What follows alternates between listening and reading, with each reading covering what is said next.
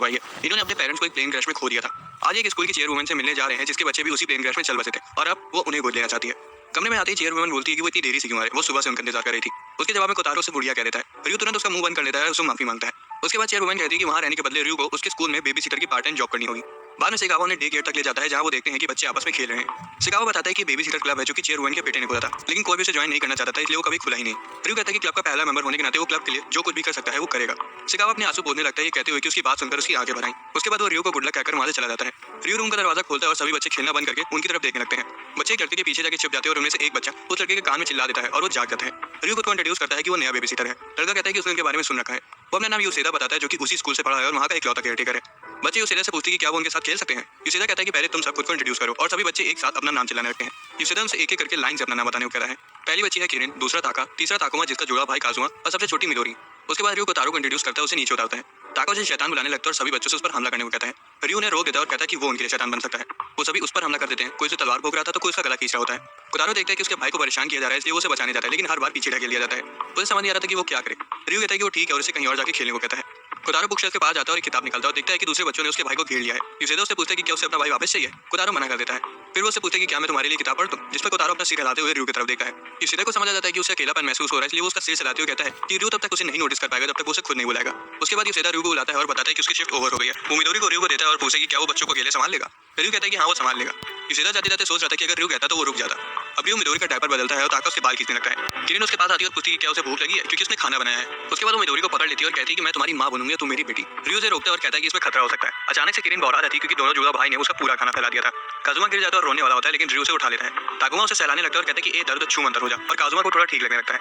किरिन अपने फैले हुए खाने को देखकर गुस्से में थी, इसलिए रियो उसका मन बहलाता है। दूसरी तरफ मिदोरी रोना शुरू कर देती है और रियो से गोदी लेता है। ताका फिर से उस पर चढ़ जाता है, उसका कान खींचने लगता है। रियो कोतारो की तरफ देखता है और पूछता है कि क्या वो ठीक है, और कोतारो अपना सिर हिलाता है। ताका फिर से उस पर चढ़ जाता है और रियो का ध्यान भटका देता है। तभी बच्चों की मम्मी आ जाती है और बच्चे दौड़कर उनके पास चले जाते हैं। किरिन की मम्मी पूछती है कि वो कौन है और रियो खुद को इंट्रोड्यूस करता है। उसके बाद बच्चों की मम्मी भी खुद को इंट्रोड्यूस करती हैं। मिदोरी की मम्मी का नाम युकारी, ताकुमा और काजुमा की मम्मी यूमी और किरिन की मम्मी याओई। रियो कहता है उसे उनसे मिलकर अच्छा लगा और अपने छोटे भाई कोतारो को भी इंट्रोड्यूस करता है। कोतारो किताब पढ़ने में बिजी होता है, वो सभी उसे हाय बोलती हैं।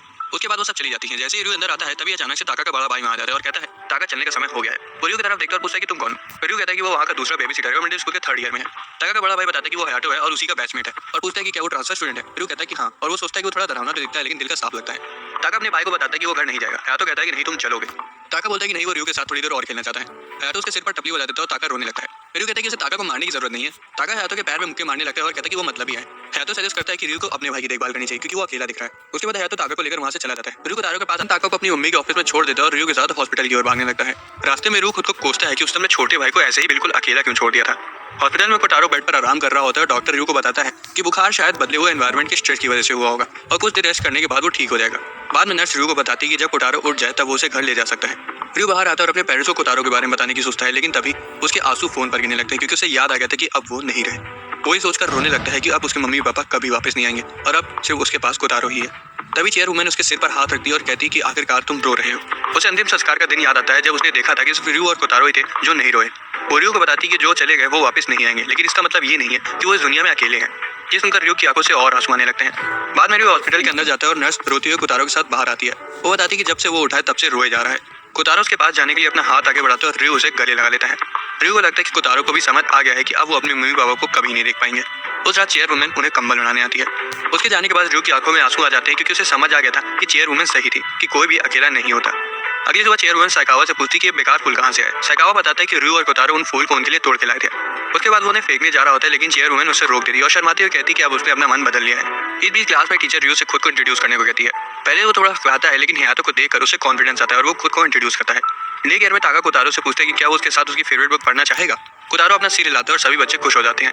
बाद में रियो पावर रेंजर्स की बुक पढ़ता है और ताका कहता है कि वो रेड रेंजर है, लेकिन ताकुमा रेड रेंजर बनना चाहता था और उसका भाई भी वही बनना चाहता था। किरिन कहती है कि वो तो पिंक रेंजर है और यूसेदा मिदोरी को गोदी में लिए सो जाता है।